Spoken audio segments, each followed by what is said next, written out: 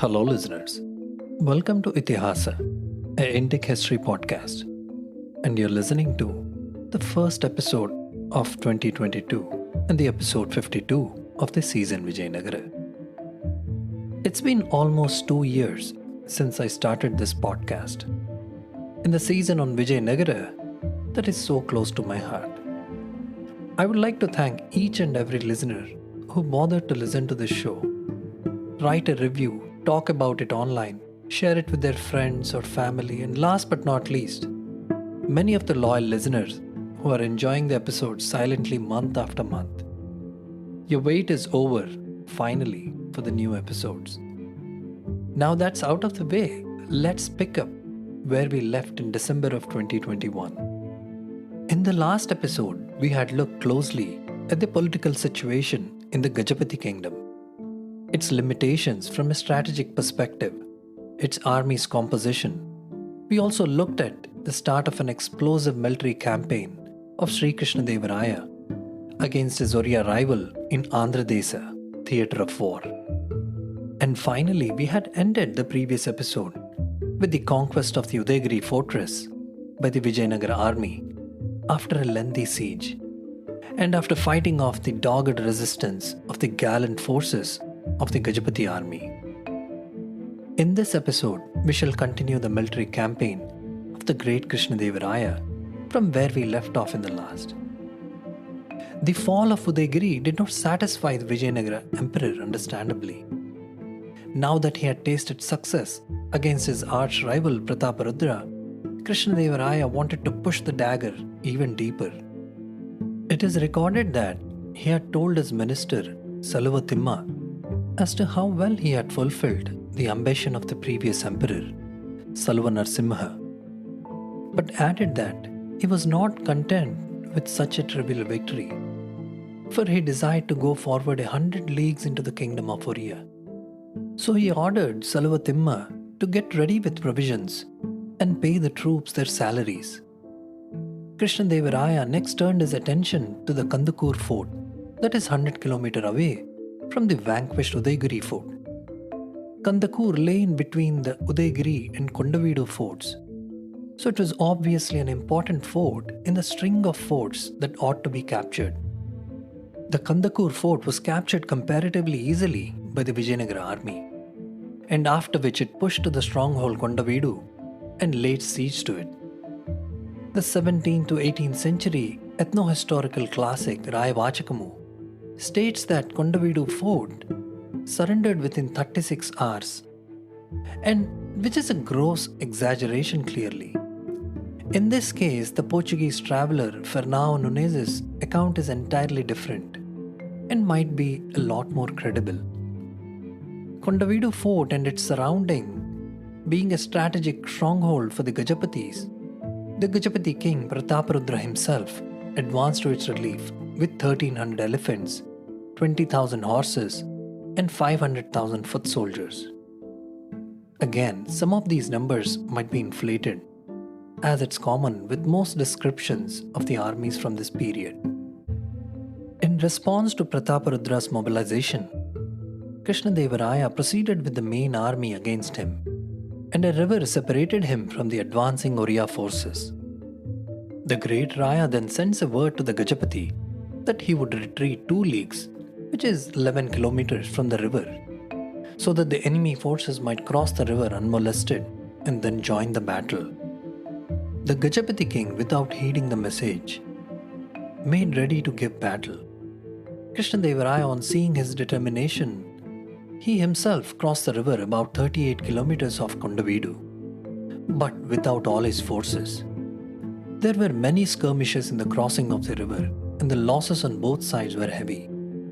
Despite this severe fighting and the opposition he met, Krishna DevaRaya successfully crossed the river and on the river bank fought bravely to defeat the Gajapati king and put him to flight. The enemy lost many horses and elephants. Next, Krishna DevaRaya turned back on the Kondavidu fortress, before which he had left a large portion of forces to continue the siege and prevent the inhabitants of the fortress from fleeing.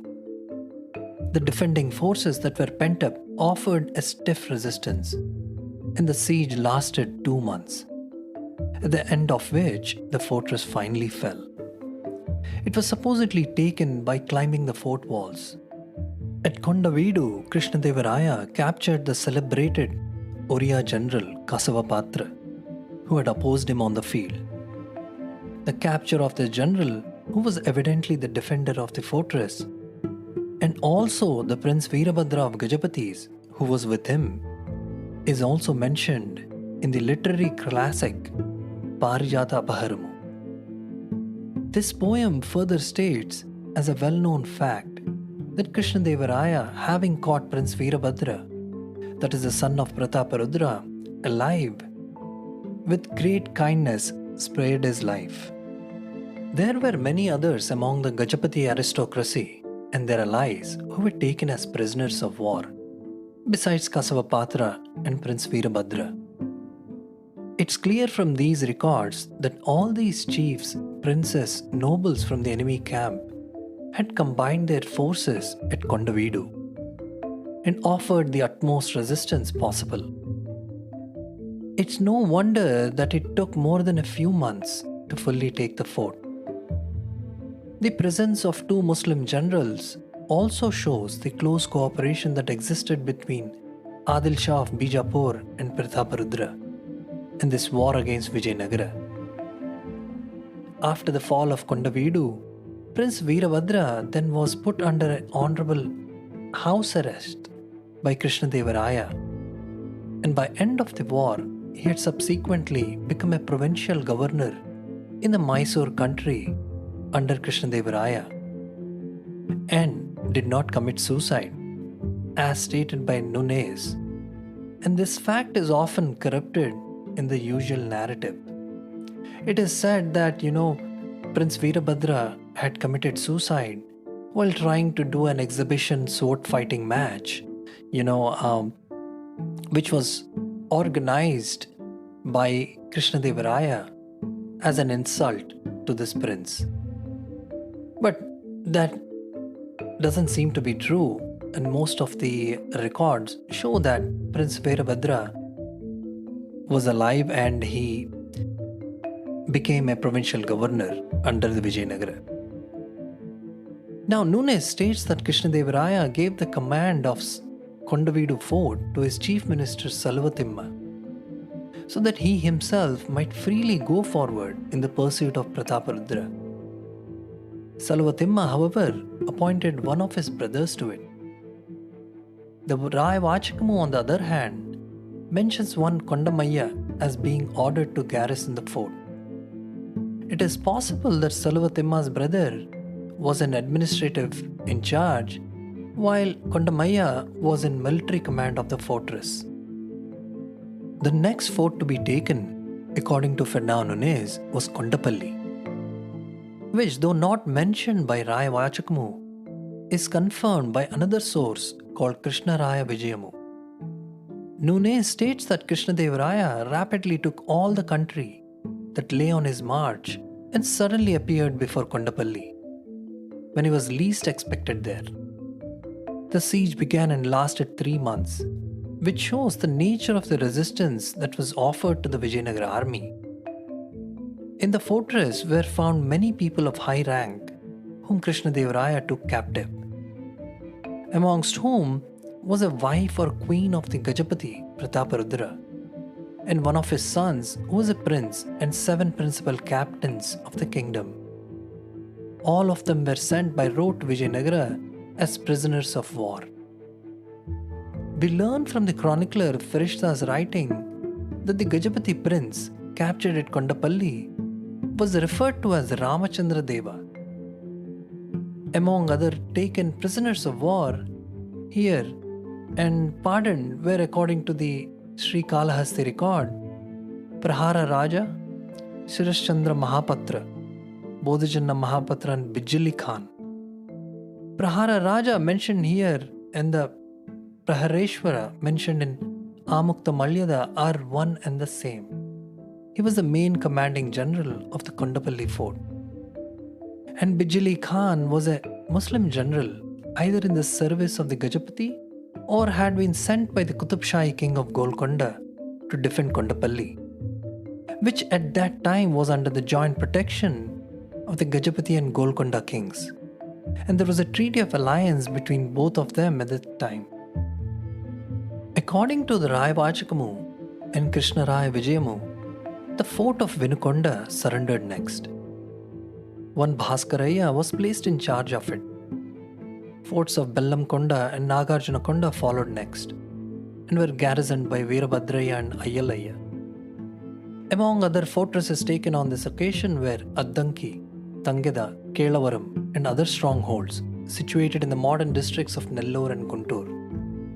Some of these were territories of the Gajapati king and others of those belonging to the Qutub Shahi king of Golconda.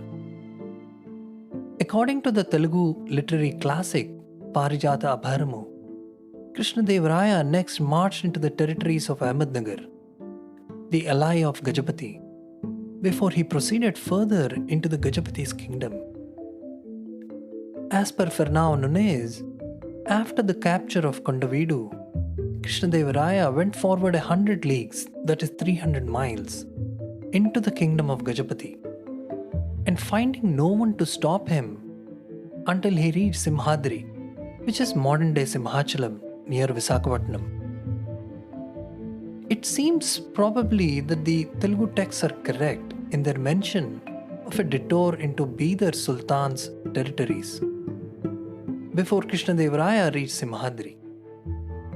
Apparently, he met little or no opposition after the fall of Kondavidu, and this should have helped him to turn momentarily to disable the Bidar Sultan or the Bahmani Sultan, especially as he would likely enough prove a thorn in his side if he had proceeded further without first neutralizing him. In order to avoid being hemmed in between the Bidar and Gajapati forces, Krishna DevaRaya advanced on Ahmednagar. The outskirts of the city were easily captured and a pitched battle was fought outside the city, with the enemy losing 2,800 of its cavalry. The victory of the Vijayanagara forces was so complete that the troops which garrisoned the fort inside the city voluntarily evacuated it and retreated into the interior. The fortress was demolished and its site was plowed and sown with castor seeds as a revenge for the atrocities committed by the Bidar forces in the Vijayanagara territories.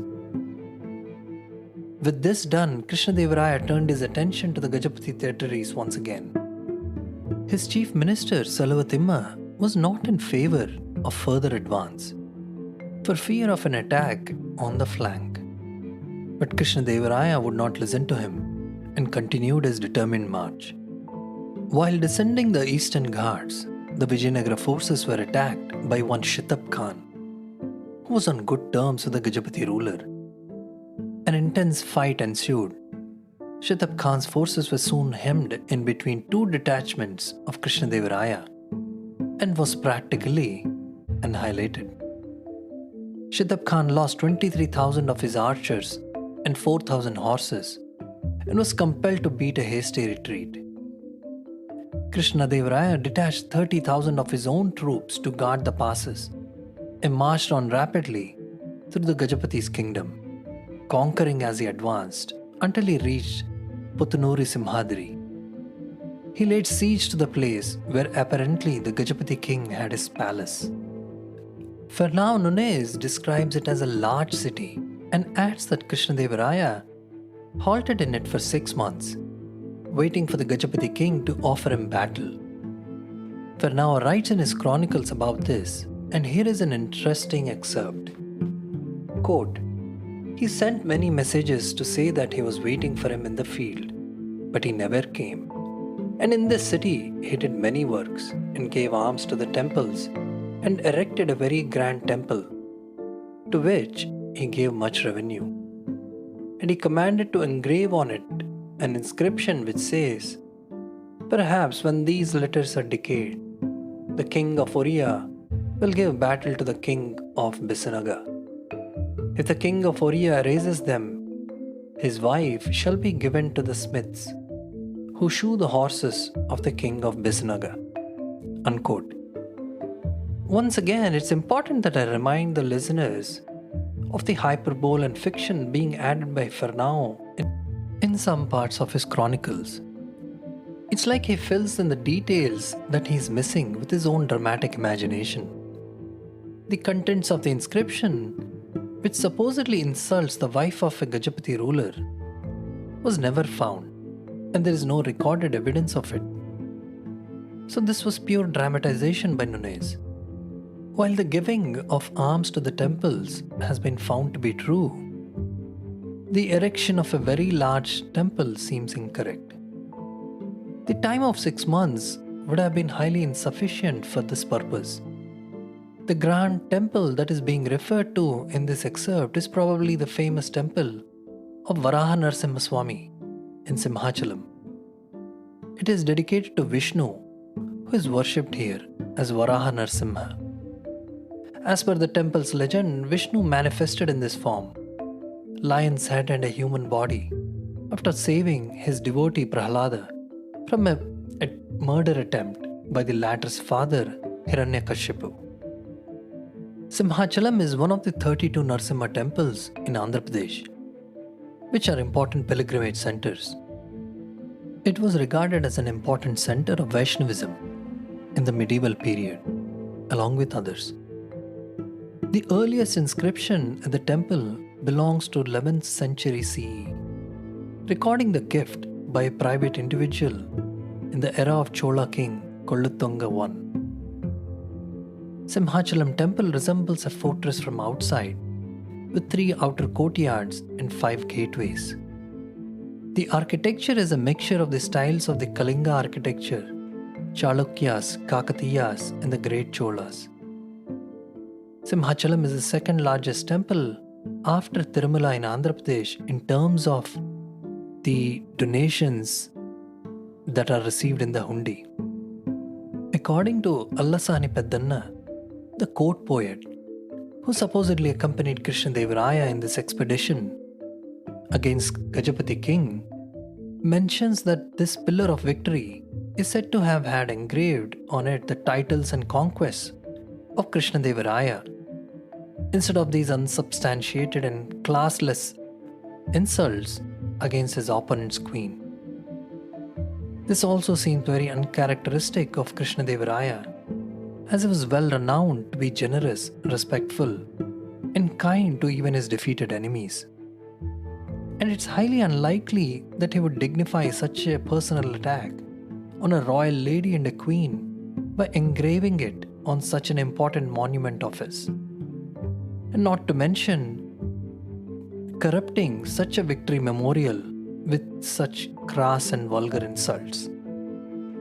It's also important to know that the capture of Simhadri wasn't an easy affair. Both the Raya Vachakamu and Krishna Raya Vijayamu indicate in definite terms the tremendous odds that Krishna DevaRaya had to overcome before he succeeded in his attempt. It is clear from these narratives that Puttanuru was the chief capital of Prataparudra of Gajapati on this side of the river. He had evidently concentrated all his forces there and had intended to oppose Krishna DevaRaya here with the aid of his 16 feudatories called Mahapatras. Krishna DevaRaya appears to have for once doubted the result of the struggle at this exact juncture. He had been drawn far into the interior, and he had no idea of what might befall on him and his army if the Gajapati forces gained an upper hand. In short, Krishna DevaRaya felt lured and trapped, and he indeed was. His overconfidence and ambition had fooled him into overstretching his forces dangerously, without realizing the fact that his blitzkrieg into the Gajapati domains had sucked him a bit too deep into the enemy territory. It wasn't by no means easy to get where he was right now, but it was clear to him that it was going to be a lot harder to extricate himself from the precarious position he ended up in unwittingly. And with this cliffhanger, we shall end this episode. In the next episode, we shall continue the fascinating military campaign of Sri Krishna DevaRaya against his arch rival Prataparudra of Gajapatis. We shall see if and how the Great Raya gets out of this bind. I sincerely hope the listeners enjoyed this episode. If you did, please hit the subscribe button, leave a rating and a review wherever it is that you're listening. A huge thank you for taking the time to listen to the show. I hope to see you soon in the next episode. Till then, this is Narendra Vikram, your host and narrator, signing off. Hope you have a great week ahead.